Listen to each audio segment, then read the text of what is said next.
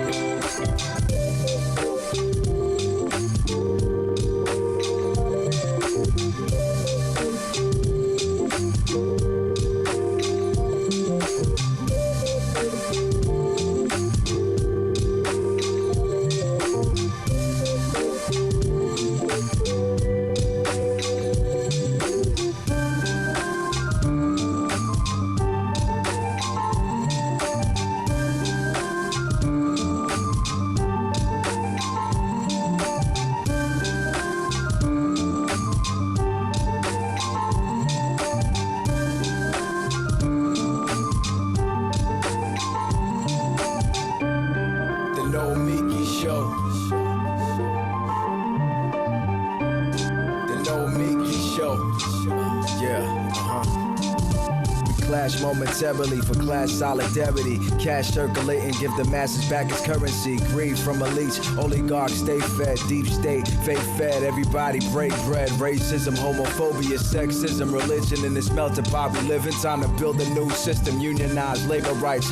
Highlight the issue, talking heads left is best. The saga continues. The Nomiki show. The Nomiki show. The Nomiki show. The Nomiki show.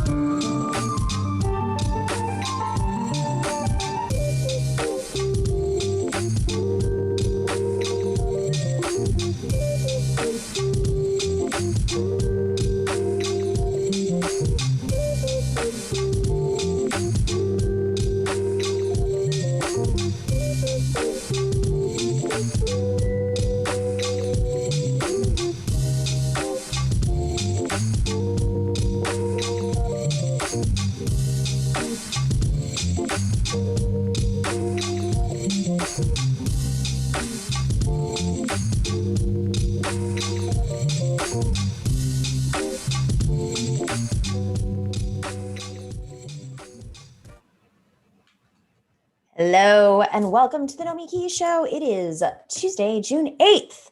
And I bet y'all are wondering what I'm upset about today. A lot of things, but the one that's really got me riled up, angry for so many reasons is Vice President Kamala Harris's trip to Guatemala, a place that if you've been watching the show, you know I went to just a couple of months ago. And I had an interaction with, in particular, that was very moving, one of the most moving experiences for several hours, listening to a Guatemalan man who was a father in his mid-30s who had left Guatemala and migrated with coyotes throughout Mexico to the border, only to be detained and then refused asylum at the border after being shackled, after being housed in very tight, unhygienic, different homes and other locations, warehouses, after being forced to do farm labor to receive $7 over a week so that he would be able to have money in his pocket when he got back to Guatemala and somehow find his way back 5 hours away from Guatemala City to his home in Lake Atitlan. He didn't have his phone. He couldn't get in touch with his family. These are not just unjust, inhumane circumstances. They're human rights violations, in my opinion, and it's not who we are. And this all happened, at least the shackling and the farm labor happened on our land in the United States. The migration from Guatemala to the United States is a whole other set of dangerous circumstances, exploitative circumstances. Just to remind you, not only did he go through all this danger, but he saved his money and took out a loan that he's going to be paying off now for what's likely to be 12 years, a loan of just, $1,500 to be able to get to the border so that he could provide a better life for his family. He took these risks because he didn't really have an option. But he did say he would never do it again. And he wished more people knew just how dire. And that's why it took him several hours to describe to me every step of the way. And every step of the way, I was even more shocked than the images, more shocked than the stories we've been hearing for over 20 years. I used to, when I was in college, I would fill up blue water tanks. There were a lot of volunteer programs where in Arizona and Texas and other border states, you could go and volunteer and fill up blue water tanks because of the heat. Migrants, crossing the border through the desert, especially in the summertime, would collapse from dehydration. So, just little things like that. And of course, they would always find migrants regularly who had collapsed and some who had died. And you would find, just some of the child's toys, clothing, so many different things along the way. And not to mention that there was, the white supremacist militias at the border who thought it was sport to take on migrants. So that's the humanity that we are aware of. We know the human cost. We know how our government has been involved, not to mention the situations in Central America that exacerbated because of United Fruit and the CIA and the US policies, not to mention, what we had done to overthrow folks like Arbenz in Guatemala, who was for land reform, a very moderate concept. Things that we thought were fine in Puerto Rico, where I am right now, but was not acceptable in Guatemala. So a violent coup took place, killing hundreds of thousands of people just, 60 years ago. So we have a lot of responsibility to take in these situations, not just from 50, 60 years ago, but also from just a few years ago under the Obama administration. And so that's why I want to show you this clip of Vice President Kamala Harris. There's a lot of different strategies she could have taken, or the administration could have taken, by sending her. And they announced that they were going to send her, several weeks back. There's a lot of time to prepare for her interaction with the president of Guatemala, who is right-leaning, Trumpian, Christian, extremely conservative, culturally conservative. She went down there and used her bully pulpit to say this. You can play the clip. I want to be clear to folks in this region who are thinking about making that dangerous trek to the United States-Mexico border. Do not come. Do not come. The United States will continue to enforce our laws and secure our border.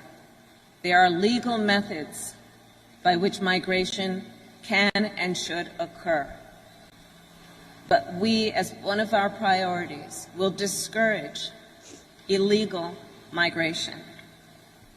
And I believe if you come to our border, you will be turned back. So let's discourage our friends, our neighbors, our family members from embarking on what is otherwise an extremely dangerous journey. I want...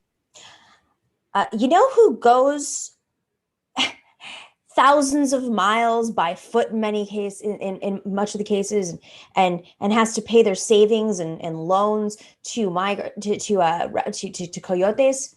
Not migrants, they're refugees, and it is not illegal for refugees to try to seek asylum.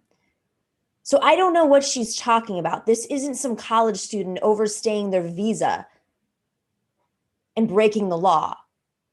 These are dire circumstances that she's well aware of, because she's actually been to the border and said, I don't know, just several months ago, how inhumane the circumstances were at the border, how it was a humanitarian crisis. I don't understand what she's gaining here, what the administration is gaining here. If they don't want to change their policies, or it's too much to take on, they could at least have some empathy. They could have said the same exact thing, but with a little bit more empathy, at least to distinguish themselves from the Trump administration and the sociopathic president of Guatemala, who's a racist and a right-wing nut. But instead, she was on stage, essentially echoing Donald Trump's lines. Even if they don't know what to do, even if they're frozen, even if it's going to be, there are too many people to take on and to reunite, they could at least say, we are in the process of working through this. And we are here in Guatemala to talk with leadership, to try to figure out what can be done to make sure that people in Guatemala and Central America and Honduras and El Salvador, all very different situations, feel safe enough to stay in their own communities. What does it take for someone to want to leave their families and their communities? You think they're doing this for a vacation? You think this is Ted Cruz going to Cancun to escape a crisis? Do you think that's what this is, Kamala Harris? I know you know that's not what it is. So what I really want to know is how insanely naive you are as a politician to think that you can get away with saying that and there's not going to be pushback from every single angle. There's no gain. This is not a net neutral. This is a negative. The administration looked foolish. They looked like they had no empathy. They looked like cops, but not coppy enough for the right wing to praise them. So what's your angle here? What is your solution to this crisis? What is your incremental solution to this crisis? Are you going to transition these detention centers into being, I don't know, more humane housing? Are you going to shut down the workers' camps that the last administration was forcing people detained at the border who are being sent back to their communities, that they have to actually work in workers' camps? Are you going to get rid of the shackles that ICE put on the migrants, the refugees? I don't mean shackles just on your wrists, on your ankles, wrists, and neck. The least you could do is end that policy. But no, you got up on stage and you said, oh, don't come to the border. It's not safe. Stay home. Oh, like they're hearing you. Okay.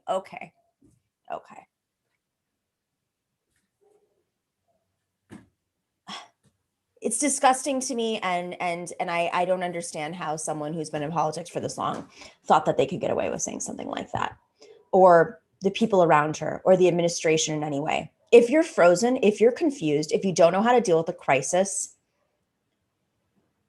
do not at least echo what Donald Trump said. That's the least you could do. All right.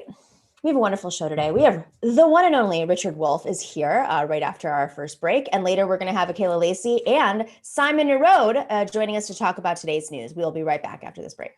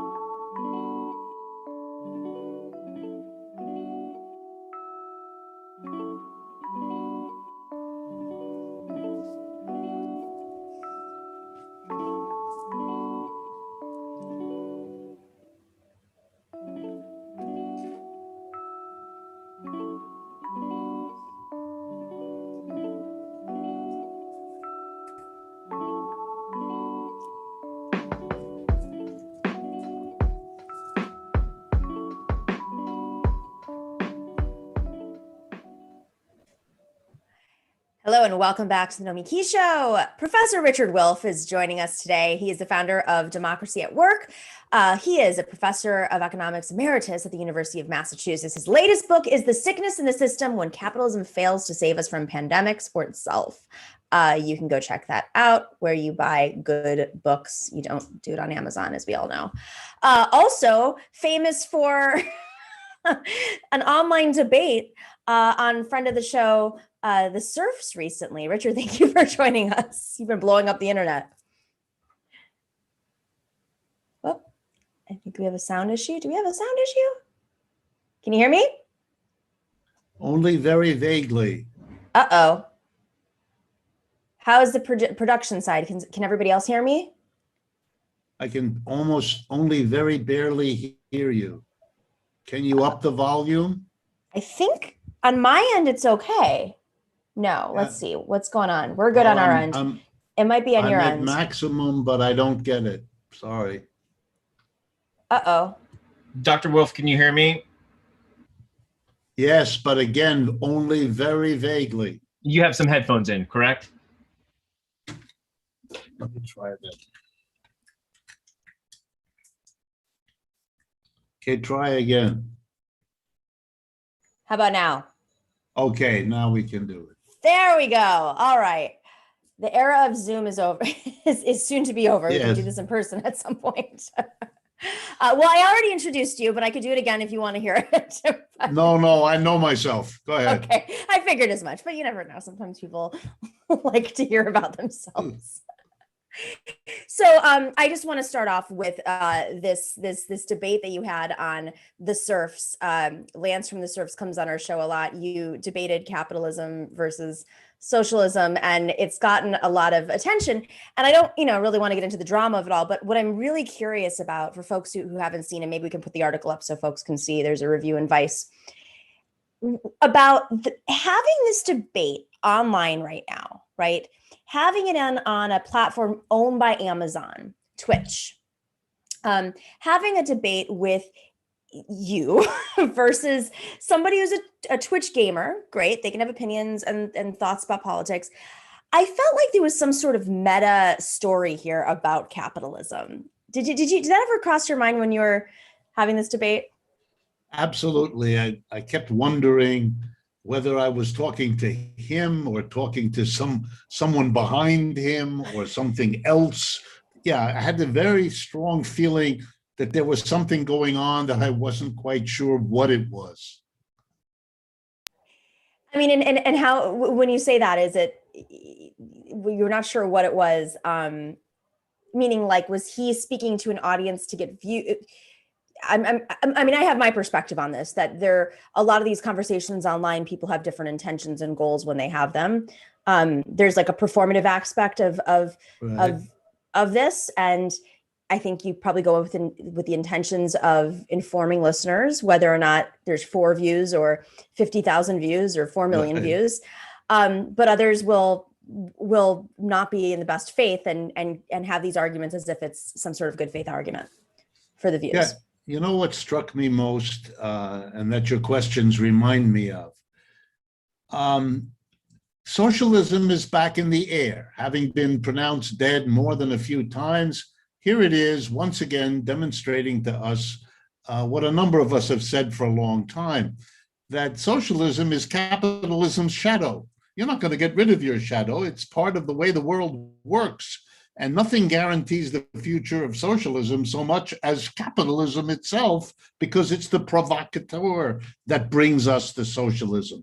And I kept thinking in that debate that there was a kind of rehearsal on the other side of a pretty standard collection of, by now, kind of old, kind of tired oppositions, and they're just no match for the new life, the new excitement, of a rediscovery of socialism, a reimagining that the world can do better than the capitalism we have all around us.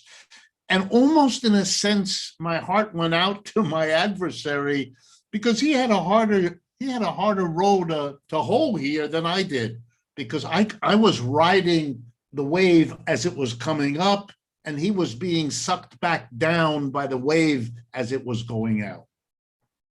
So just to pivot a little bit, you've been talking about poverty for a long time. There's this new campaign by who, I don't know, the Bill and Melinda, I guess it's just the Gates Foundation types now. I don't know what you call it, what the new name is, but that circle, the Davos circle, that capitalism has reduced poverty globally, and I know you got a lot of thoughts on that. But I do. in the most basic way, how is it that I live in New York, and before the pandemic, inequality was worse than it's ever been? But simultaneously, yes, poverty has been, I guess, statistically down. How can these two things happen at the same time? Well, I think my response to all of that is a kind of intake of breath of the amazing nerve of people to say such a thing. Is it a fact that the standard of poverty it's not as grim as it was 50 years ago, 100 years ago? Absolutely. No one is disputing that. But the notion that we should credit capitalism for that, I find that's mind-blowing. every single step of improving the problem of poverty was fought against the opposition of capitalists. To this day, it's the capitalists in this country who fight against raising the minimum wage. It's the capitalists who don't want to give supports to the family, who don't want to find ways of making it possible for people to get out of poverty. I mean, wow, this is an example of people who have fought hard against everything that relieved poverty. Having lost that fight, they now want to take credit for having achieved what they tried so hard to prevent. I mean, it takes your breath away, this kind of nerve. I mean, wow. Capitalism was the obstacle against which poverty was overcome. I mean, the whole 19th century, for example, was a century in which the working classes of the world fought to reduce the length of the working day from 16 hours to 14 hours. You know, the May Day holiday celebrated around the world came out of the events in Chicago in 1886 that were demonstrations for the 8-hour day. The business community fought it every step of the way. They were eventually defeated. Now they want us to say, look, isn't it nice that we have an 8-hour day? Hello, it's like child labor. The capitalists used to love to hire 6, 7, 8-year-old children. New York City and Chicago are famous for that. That had to be fought by people, and they were told by the capitalists, well, look, we're doing a favor to these poor families. If they couldn't send their little children out, they'd be even poorer than they are now to work. And the rest of the world went, wait a minute, that may be good for you as a businessman or woman, but that's not good for the families of these children. So finally, we got rid of child labor. Should the capitalists now be allowed to say, see, we got rid of child labor? No, no, no, no, no. That's reversing the game. Having lost your opposition, you now want to take credit for what you could not prevent in the end. You know, I'm working in Puerto Rico right now on a documentary that has a lot of elements of austerity politics. And right. I've been interviewing a lot of people I probably wouldn't normally be talking with, and hearing their version of the solutions that need to be made in Puerto Rico. And it's fascinating because when you just talk to average Puerto Rican, it depends on, you know, who you're talking to, obviously, but how much of like this new version of capitalism taking credit for, you know, less poverty is juxtaposed with austerity politics, when you have capitalists, you know, influencing government, when you have right-wing governments and center-left governments putting austerity on well, in the island of Puerto Rico, it's very obvious, and then switching to privatization. They just privatized the power authority here, and their whole claim is, well, now it's going to work. And that's how we get, you know, poverty. We eliminate poverty, is now we have a working power system. Is this has this always been the game, or is it more pronounced now that the solutions are coming through privatization, aka capitalism, and that government was never the solution? In fact, that's why, you know, you can't get, it takes you 2 hours to get to work every day on these broken roads, you know, et cetera, et cetera. No, this comes in waves. I mean, the history is pretty crystal clear. You have a period of time in which, for example, the private sector just fails. The best example in this country is the Great Depression. Once it hit in 1929, and it kept going all through the 1930s, it became the cliche of almost everybody that private capitalism left to itself is a disaster. And the government is brought in as the solution. So we had the New Deal, we had Roosevelt coming in there, regulating, taxing, hiring people, creating Social Security, extraordinary intervention that produced what we called after World War II, the American dream, a working class that could afford a home, that could afford a car. Sure, they had to pay on payments, they had to take a mortgage, they had to take car payments and all the rest, but they could do it. But that was the failure of private capitalism, bringing the government in. It terrified the business community. The business community has always been celebrating competition in their 4th of July speeches while killing the government for daring to compete with them, rather than letting us, the public, say, let's see how the government produces something, let's see how the private, and then we will vote with our dollars where we want to go and what we want to. No, must not be. So by the 1970s, you have the reverse wave. You have the government is the problem, not the solution, and the privatization is the solution, not the problem. It's literally upside down. What we're living through now is the early stages of another cycle in which the private is more and more looked at as, whoa, look at what you messed up, and the government is called. You can see it, for example, in all the climate discussion.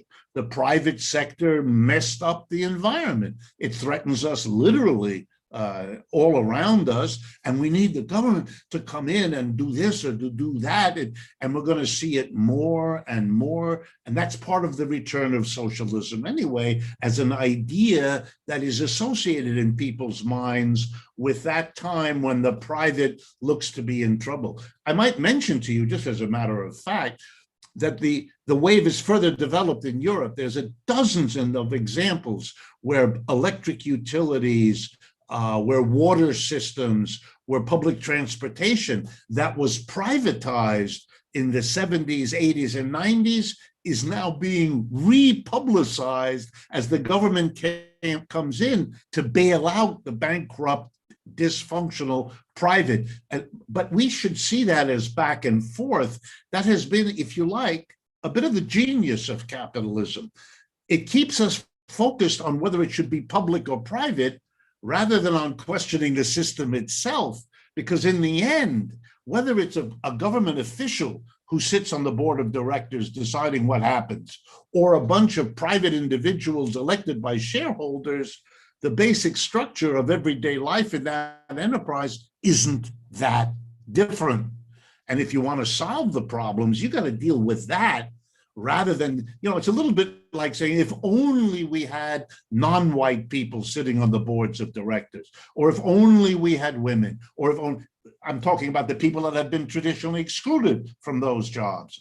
Of course, I'm in favor of including them, but if that's all you do, you're much more likely to have those individuals adjust to the system than the system break from its traditions because it has fresh new individuals allowed in to play the game.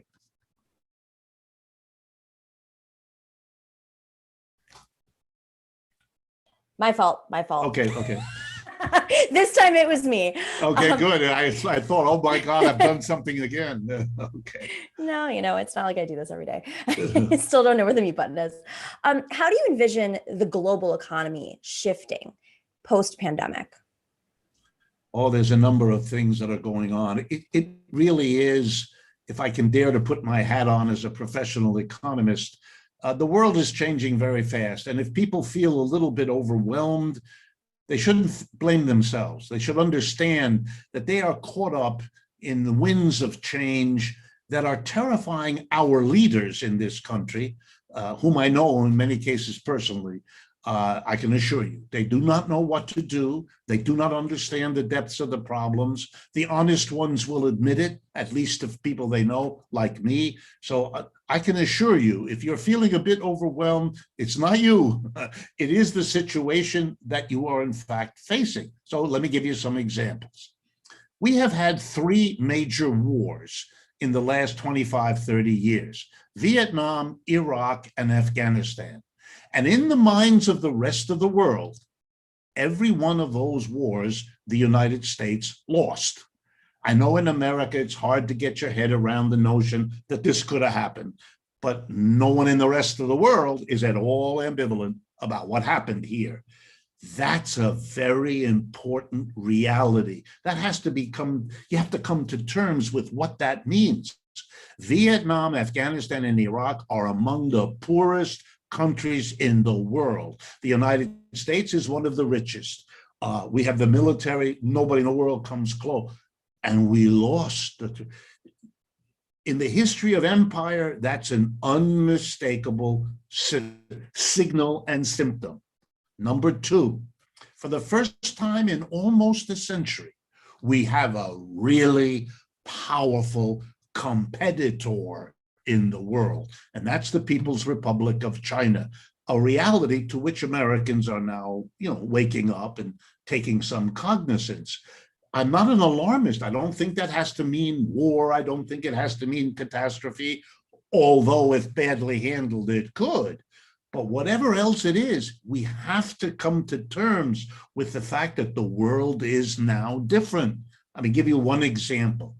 The Chinese decided some years ago to focus in on making solar panels, to make the best, those panels that convert sunlight into electricity, basically. They're the best in the world. They completely dominate the market. They went to work to do that. They produce the best quality at the lowest price. The United States now doesn't know quite what to do because it's completely outflanked. I mean, the number one producer in the United States of solar panels is a Chinese company that relocated here. I mean, it is as grotesque as you might want as an example. But to be angry and to denounce them, which is what we're doing, that solves nothing, changes nothing.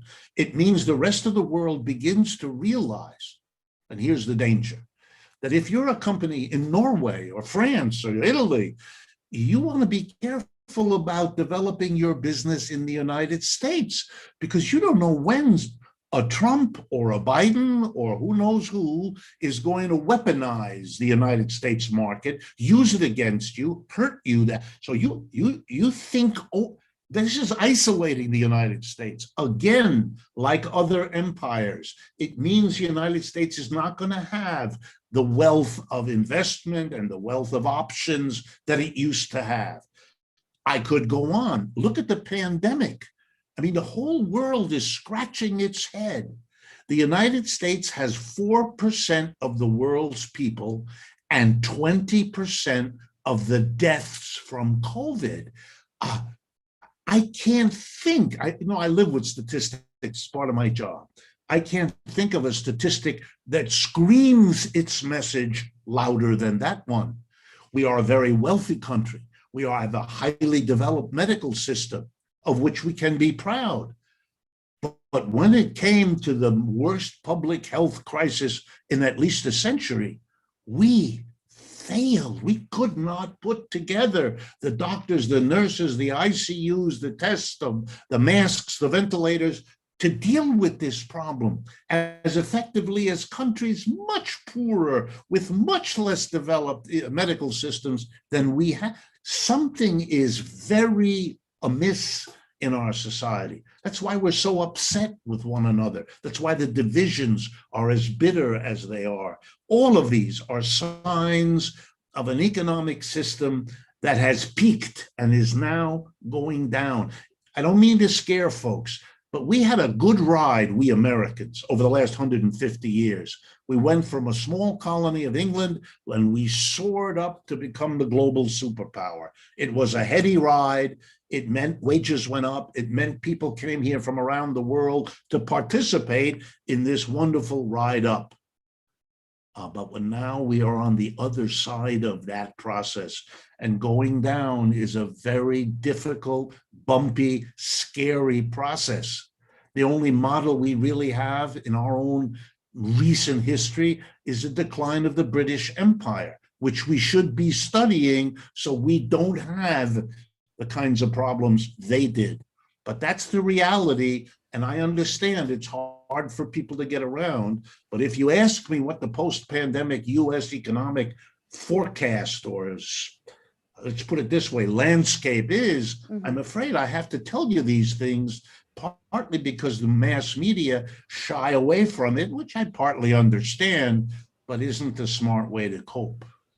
So looking forward, China being obviously a superpower that is transitioning to their being the lead superpower, I guess. How does that inform? And I know, and they're buying up real estate and ports all over.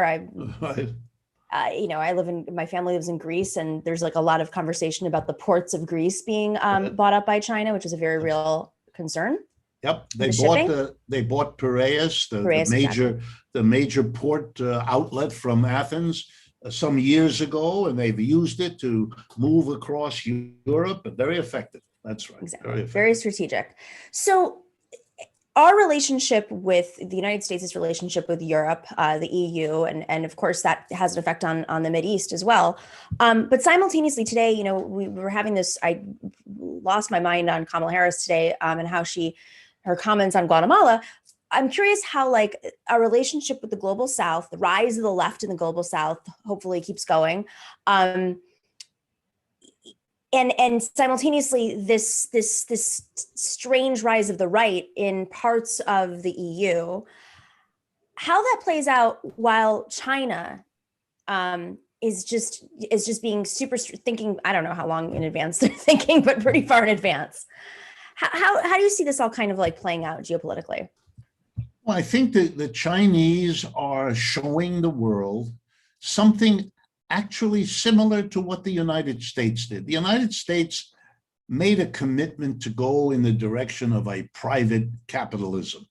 It had to switch to a state-run or state-regulated during the Great Depression because how disastrous that was. It frightened everybody, including the capitalists. So they said okay to Franklin Roosevelt to really massively intervene with the government. And he did that. And he did it for them as much as he did it for anybody else. But immediately thereafter, in 1945, when the Second World War is over, when Franklin Roosevelt dies in office as a president, we saw the business community recoil from the government having coming in so massively in the 1930s, to be followed in World War II with the alliance of the United States with the Soviet Union. It was like a nightmare of the arrival of the other in our society. And we had a reaction. It has to be understood. The post-World War II period in America, very, very important. There was a coalition that won the New Deal. It was the CIO, the massive union movement, the greatest unionization drive in American history by far. Millions of people who had never been in a union joined the union. These were people whose parents had never been in a union. They joined the unions in huge numbers. They joined 2 socialist and 1 communist party here in the United States in very large numbers. And they all worked together, the communists, the 2 socialists, and the unions, and they were a very powerful force, which terrified, remember in 1929, you're really only a dozen years after the Russian Revolution. It's in everyone's mind. It's not some ancient historical event. It's real. And people were terrified, the capitalists, the business class. And after the war, they were very smart. They understood that the problem wasn't Franklin Roosevelt. I mean, he was dead anyway by then, but the point, it wasn't him. It was the push from below, the unions, the socialists, the communists. That had to be destroyed for fear that it would forever transform the American system and put the capitalists not at the top of the pyramid, but somewhere in the middle. They didn't want that. So we had a real purge. It started with the communists. Instead of them being gung-ho leaders of the unionization movement, they were converted into evil agents of a foreign power, and they were persecuted, and they were imprisoned, and they were deported. And as soon as that was done, we went after the 2 socialist parties. And we basically explained to Americans that socialists are like communists. They just spell it differently, which, is bizarre. But my students in the United States, and I've been a professor here in the United States all my life, they think communist, socialist, it's all the same thing, something no European would ever think. They all understand the difference because it's real, not here.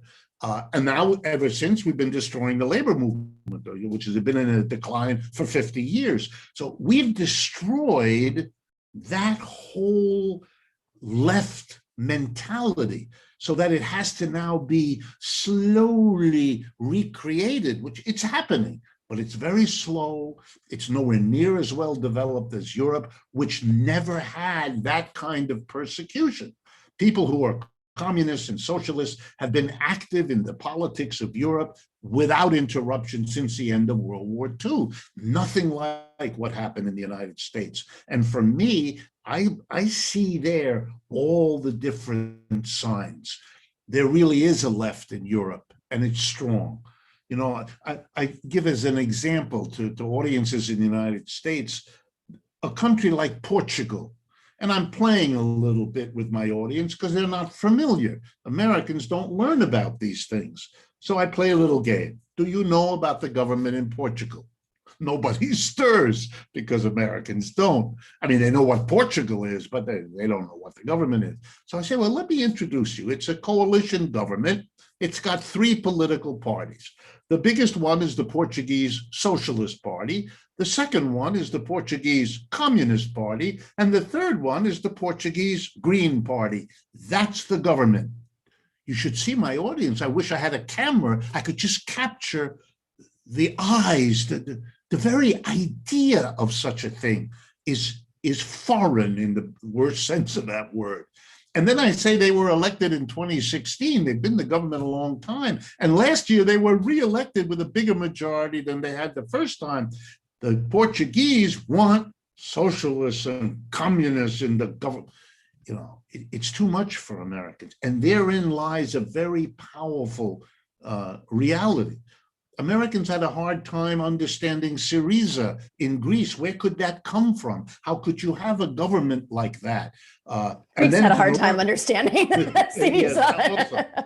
And if you know something about that, you know, the refusal of the Syriza and the Communist Party, which remains an important part of Greek politics, to work together, to keep very separate.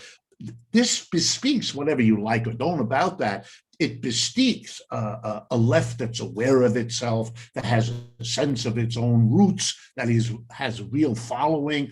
In Germany, when I explain to people, Angela Merkel is not the person who won the election. She didn't. She lost. She has to have a government of coalition because she can't get enough votes. And her coalition partner are the Socialist Party of Germany. People look at me. And Americans are not stupid. They're just as smart as everybody else. So what's the issue? This is all kept out of consciousness. It's not processed. It's not brought in to understand the world. And I think it's going to now, we're going to pay the price of not understanding why Europe goes in a different direction. Why the Europeans, when they're told by the Americans, you must not make a deal with Russia about the gas that the Russians are sending in by a pipeline going through the northern Scandinavian area.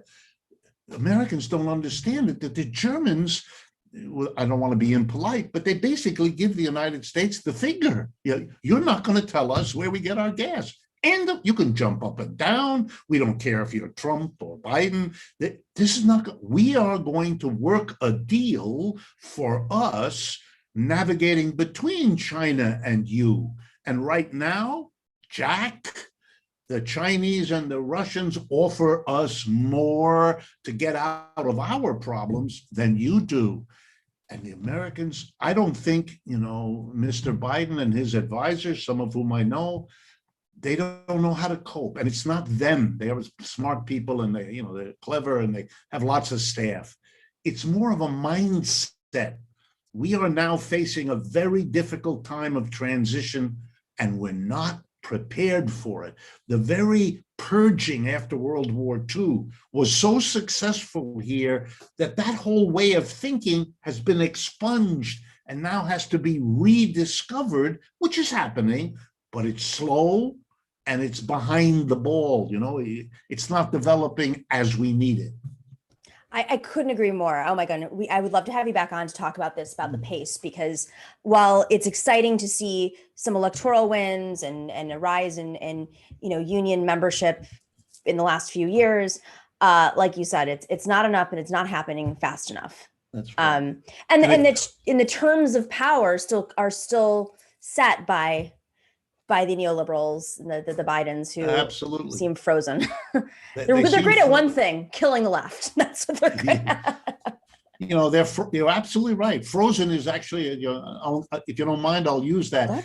That's a good image. They're frozen in ways that worked for them. Let's be fair to them. Since 1945 is a long time ago. From 1945 to about now, they've called the shots. They destroyed their ideological, political enemies. They either said to the Democrats, you have to disappear or you have to become more like us. The majority of the Democrats, the centrists, became more like them. And so we have that very comfortable oscillation between the Republicans and the Democrats, all that post-war period. And, in a sense, it worked for them. It was the period of United States hegemony. But that period is now over. They should have understood. It's always over sooner or later. It has been for every other dominant power. To imagine that we wouldn't suffer what every other one did is a leap and a stretch that they shouldn't have allowed themselves the luxury of, but they did. And so now they don't know quite what to do. By the way, they've been trying to squelch the Chinese now throughout the Trump administration. It started even before that. It isn't working. And they don't seem to have the capacity to recognize it isn't working. The Chinese are not doing any of the things you said you wanted them to do.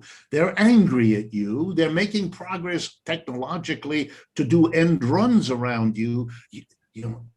You're supposed to be able to adjust if it doesn't work. Right. But they're so trapped in that way of thinking, frozen, as you nicely put it, that they're just not up to it. And it's kind of sad to watch. I was a classmate. I got my PhD around the same time as Janet Yellen. We were at the same university. We were getting the same degree from the same teachers and sitting in the same room. I know exactly what her formation is. And she's part of that. Yeah. She's frozen where they were because she wasn't a radical like a few of us were, and were breaking away at that time. And so I know her personally, but I also know what her formation is, and that of people like her. And frozen in a place that's now out of date, that captures it very well. Frozen in a crisis. Title of... Not a good place to be. No. Not a good moment to be frozen. Not a good... Richard Wolff, thank you so much for joining us. I'd love to have you back on soon. I wish we had more time, but we're an hour show, so we are limited. You can check out Richard Wolff's latest book. He's also the founder of Democracy at Work. His latest book is called The Sickness is the System, When Capitalism Fails to Save Us from Pandemics or Itself. So on topic, so timely. Thank you so much, Richard Wolff. Thank you. It was a really good conversation, and I'm really appreciative of your arranging for us to have it. Oh, of course. Anytime. Thank you. Bye-bye. All right. We will be right back with Akela Lacy and Simon Narode to talk about some of the news of today. We'll be right back.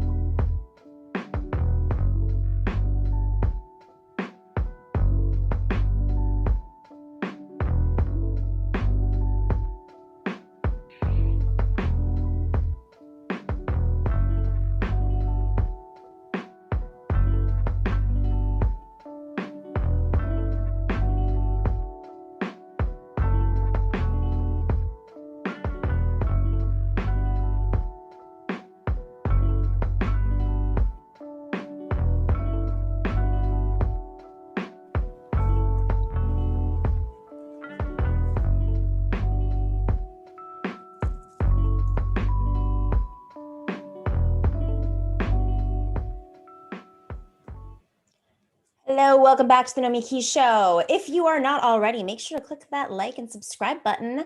Jump in those chats. Join us on Patreon. We got a book club there where we send out books a couple of times a month. If you want to join, you could do 4 books a month, 2 books a month, 1 book a month.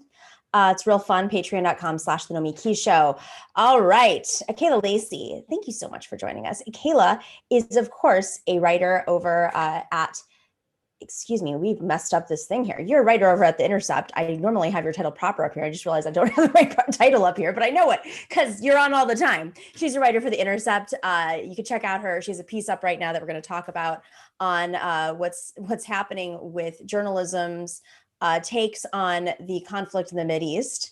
We'll talk about that next. And Simon Narode is a socialist writer. He is a former organizer for Bernie Sanders 2020.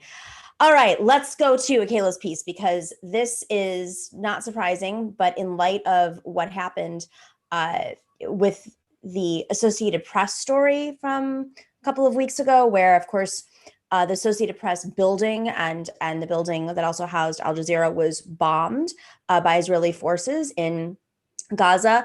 Just like a few minutes later, Associated Press was like, oh, we're going to fire like a low-level person for previously in college having thoughts on Palestine. Akela, tell us what's happening with this situation in Australia. So this is actually coming on the heels of a similar letter that was written by Canadian journalists earlier last month. I actually think both the letters were sent on the same day, but just that to say that there have been these international efforts by journalists to approach their newsrooms and approach the media at large about the ways, the language that is being used to report what's happening in Israel and Palestine, and the framework, and also sort of reckoning with, decades of sort of giving, decades of sort of the status quo in reporting on this, on what's happening in Israel and Palestine, and giving the benefit of the doubt to Israel and Israeli sources, and not having and having a serious lack and absence of Palestinian voices in this coverage. So that is sort of what I guess set off these letters. And after journalists in both Canada and Australia signed letters, there were reports that people were, pulled into meetings with management, taken off coverage of the region, and particularly in Australia, there was a communication sent out that said that management was viewing signing of this letter as a quote unquote conflict of interest, and that they would do everything they could to ensure editorial distance between people who had signed the letter and coverage of the conflict. So yeah, that's basically what's happening. People are getting in trouble for asking for, and it's ironic because especially framing it as a conflict of interest, is the reason that they did this is because they think that there is a standing bias in the way that we cover this issue. And so to turn it around and tell them that they're now engaging themselves as a conflict of interest is, the definition of gaslighting. And so on top of that, to take people off of coverage of the region is really egregious. Is there any sense of someone lobbying for this? It just seems like such an aggressive response. I mean, there have always been reporters in the Mideast. There's always been some, Associated Press in particular, Reuters, Associated Press, of course, European news outlets. There's always been it has been U.S. media. U.S. media has always had a more conservative take on Mideast, everything Mideast. But, I would always go to look. It's easy if you travel, you turn on CNN International and you're like, is this the same CNN? What is going on? The gray areas were discussed openly more. I feel like there is a campaign right now, an aggressive campaign globally. It just seems odd. I don't know. I mean, is there a sense that there's something happening behind the scenes? I think the general sense is that, just like we have big Israel lobby groups in the US, that big Israel lobby groups in Australia in particular have always sort of had the ear of these media outlets. Something that is in the story is that, I believe it was the managing director of one of the public broadcasters. And then this is also very common just among reporters to go on these Israel junkets paid for by these pro-Israel lobby groups, and then to come back and let that influence their reporting. And so we asked the companies, does that also constitute a conflict conflict of interest, would you also call someone out, into a meeting with management for something like that? And they said that they described that as an educational opportunity to enrich the staff. So it's not so much that there is like someone trying to pull the strings behind the scenes, but I think that this has been viewed as the status quo for so long that it's just that, that's just sort of what they defer to. And so that, that is sort of why journalists took it upon themselves to sort of say, instead of, I think some of the responses were like, why didn't you come to individual managers about this, yada, yada, yada. And it's like, if this is a longstanding trend in all of media that we're trying to address, then what other recourse do you have than to say, look, we have solidarity in numbers of people who don't think this is okay. And like, this is why we think you need to listen to our point of view on this. This is happening simultaneously as multiple newsrooms are unionizing. And I'm curious, Simon, do you think that suddenly it's one thing to unionize over, pay issues, equity, systemic issues, but now this might be an aspect where folks might say like, this is something that goes into union negotiations, the ability to, I don't know, not get fired because of a tweet or other. What do you think, Simon? Yeah, I think that's a really good point. I don't know a ton about union efforts within the journalism space, but I would imagine that this is something that they would want to bring up. Like, how can you fairly report a story when you have all these forces that are trying to stop you from doing that? I had this sort of the same questions that you did, Nomiki, about how these lobby groups end up influencing these like journalism companies, and how that works its way down to the journalists and stifling their reporting. I was also interested, Akela, at the end of your article, you were talking about, oh my God, I'm spacing on her name, Emily Wilder, and how she was asked to take the Black Lives Matter out of her Twitter bio by her employer. And I'm just curious about, is this something that we have to keep an eye on for other social movements as well? And do these lobby groups, other levers of power, other ways of sort of manufacturing consent, do they work their ways into other social movements that we should keep an eye on?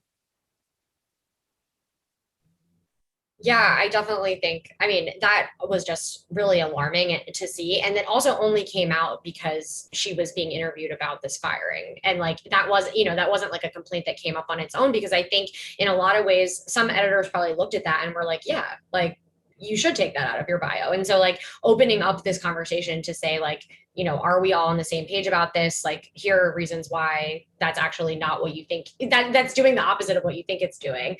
And sort of because we've seen, the media sort of go through this whole literacy growth period around all of these things. And yeah, I think that's something that we definitely should keep an eye on. And there were examples of this.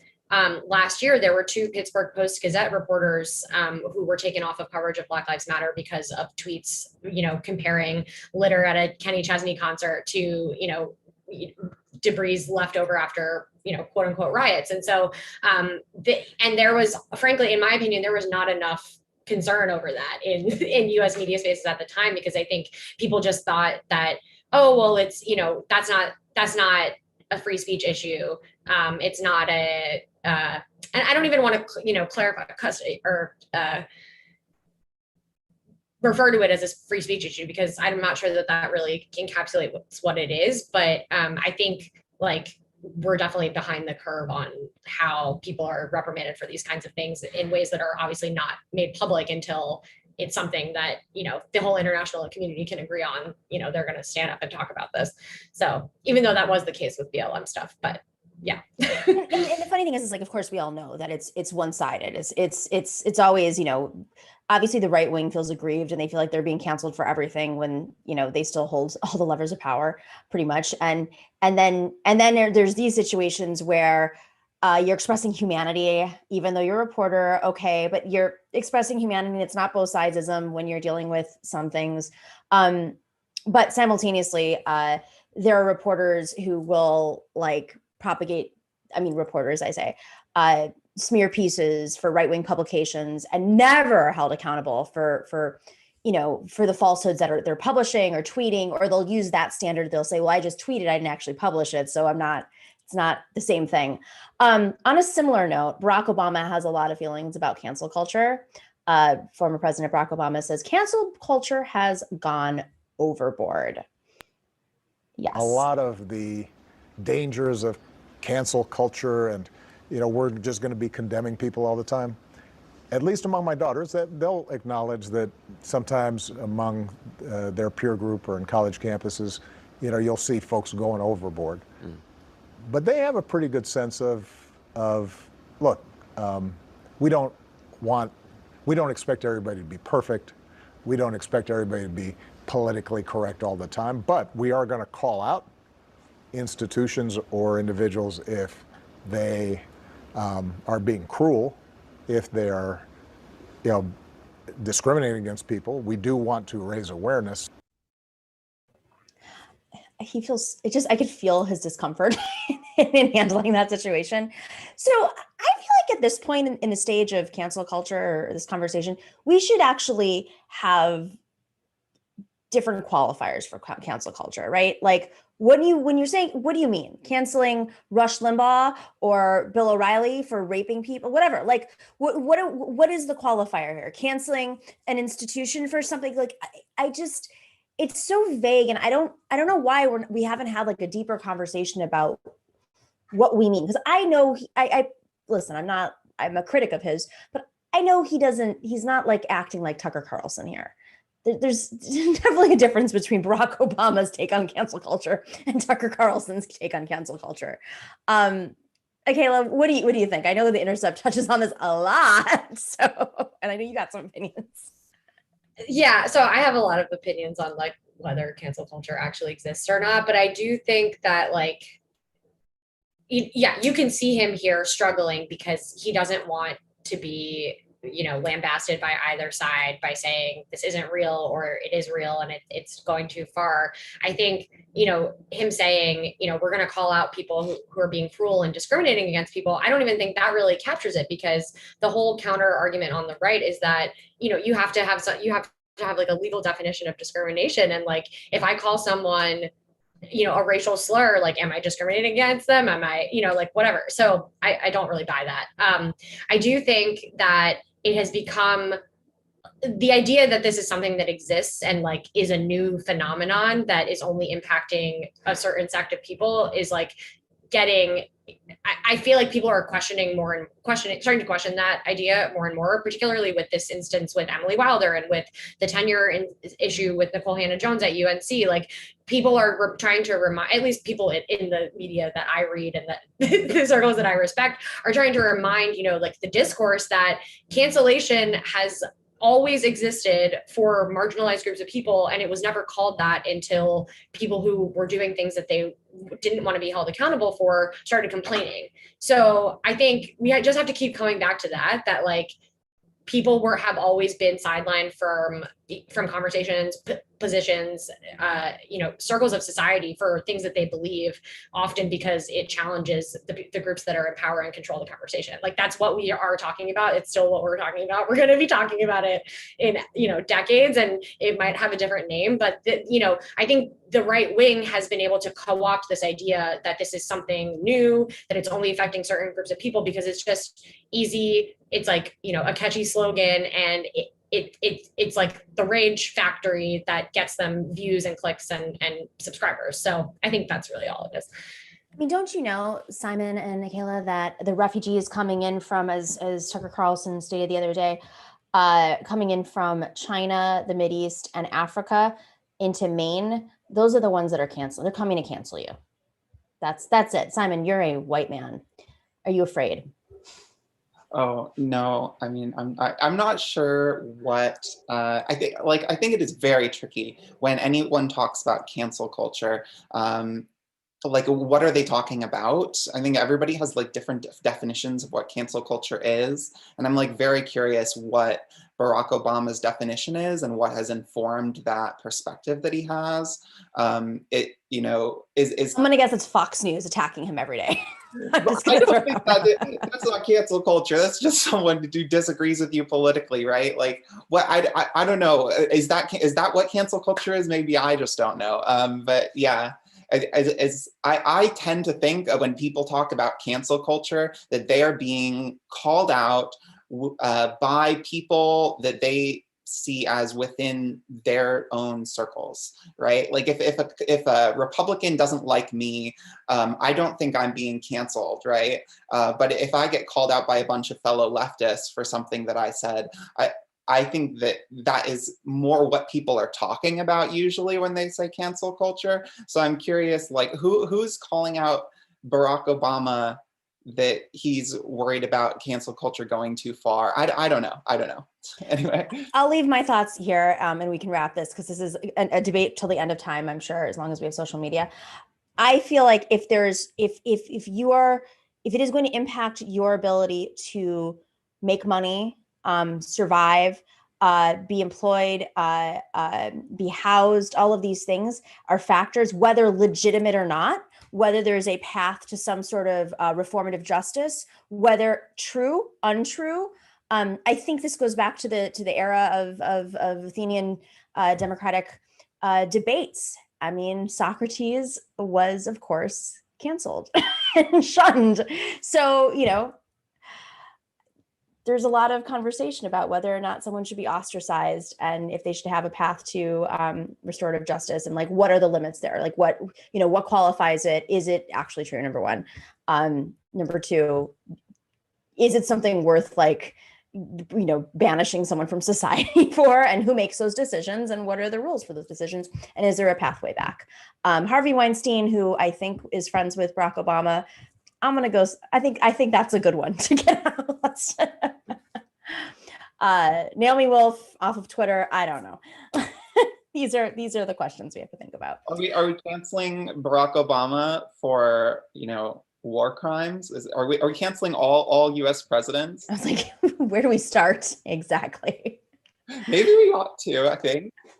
Anyway. No, but then then it's the masses. Then we're back in Athenian democracy. I'm just, All right, guys, you're the best. I'm going to do some shout outs. Thank you so much, Akela Lacy, Simone Narode, Simon Narode. Wow. Not like I talk to you all the time, Simon, producer on the show. I lost it today, guys. Don't worry about it. It happens. Thank you. Thank you. Take care, guys. All right, I'm so glad I didn't make those mistakes when Richard Wolff was on, man. I think it's because whatever, I have a little bit of glare in my glass. It doesn't matter. Who cares? I'm just losing it. That's what's happening. All right, everybody on YouTube and Twitch, shout outs. Here we go. GP570 says, let's go Buffalo. Someone knows I grew up in Buffalo, Western New York. I don't know what they're let's going about right now. I'm guessing it's a sport thing. There's a lot of sports in Buffalo. The Bills, the Sabres. Do the Bison still exist? They used to exist when I was around. They were a minor league baseball team. Ian Kinzel, sending some love, says, since the neoliberals are so frozen in an out-of-date ideology, somebody needs to tell them to I'm not singing. Let it go, ha, ha, ha, ha, ha. Sorry, someone had to do it. I got it. I got the joke, not singing. Quasi Spec says, that Wolff-Dustin debate added the definition for capitalism as, quote, worker/employee relationship to my mind, but also got me thinking about socialism as not a fixed system, but as any policy choices that are addressing the needs of people instead of the needs of capital, which I think is probably easier to communicate to a normie. Yeah, you know what I really like about Richard Wolff and he's because he's a professor.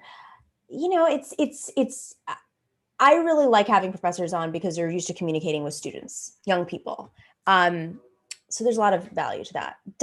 Mario Quaid says, Destiny also debated Michael Brooks. It ended the same way, I remember. He got schooled, but clearly he did not learn, probably because it is in his best financial interest not to. That's why I asked that question from the start. I didn't want to get into who won the debate. Obviously, Richard Wolff did. Harvey J.K. Let's make it very clear. Harvey J. K.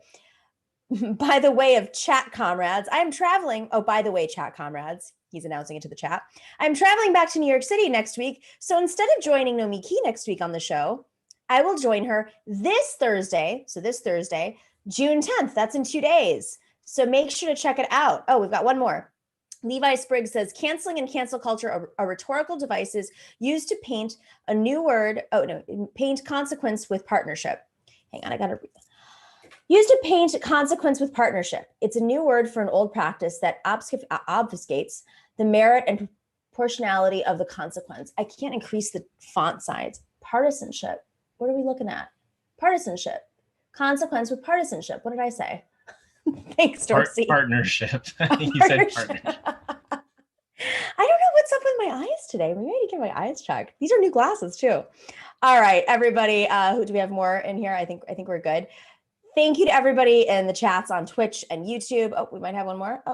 Prairie Fire. Thank you for the love. Thank you to everybody in the super chats for subscribing and liking and joining us on patreon.com/The Nomiki Show. Producer Brad, thank you for sharing the Frozen. I know, I think we all know what Frozen is. No one's questioning what Frozen is. I'm just not going to sing Frozen. I'm not, and mainly because it's going to be stuck in all of, why would I torture you? It's going to be stuck in your head all day, maybe even longer. All right, everybody, we will see you tomorrow right here on Twitch and YouTube at 3 p.m. Eastern. And for our podcast listeners over on patreon.com/The Nomiki Show and all the other podcast places, you can check us out the next day. We will see you tomorrow. Stay in solidarity. Take care. The Nomiki Show. The Nomiki Show. Yeah, Clash momentarily for class solidarity. Cash circulating, give the masses back its currency. Greed from elites, oligarchs stay fed. Deep state, fake fed, everybody break bread. Racism, homophobia, sexism, religion in this melting pot we live in. Time to build a new system, unionize labor rights. Highlight the issue, talking heads left is best. The saga continues. The Nomiki Show. The Nomiki Show. The Nomiki Show. The Nomiki Show.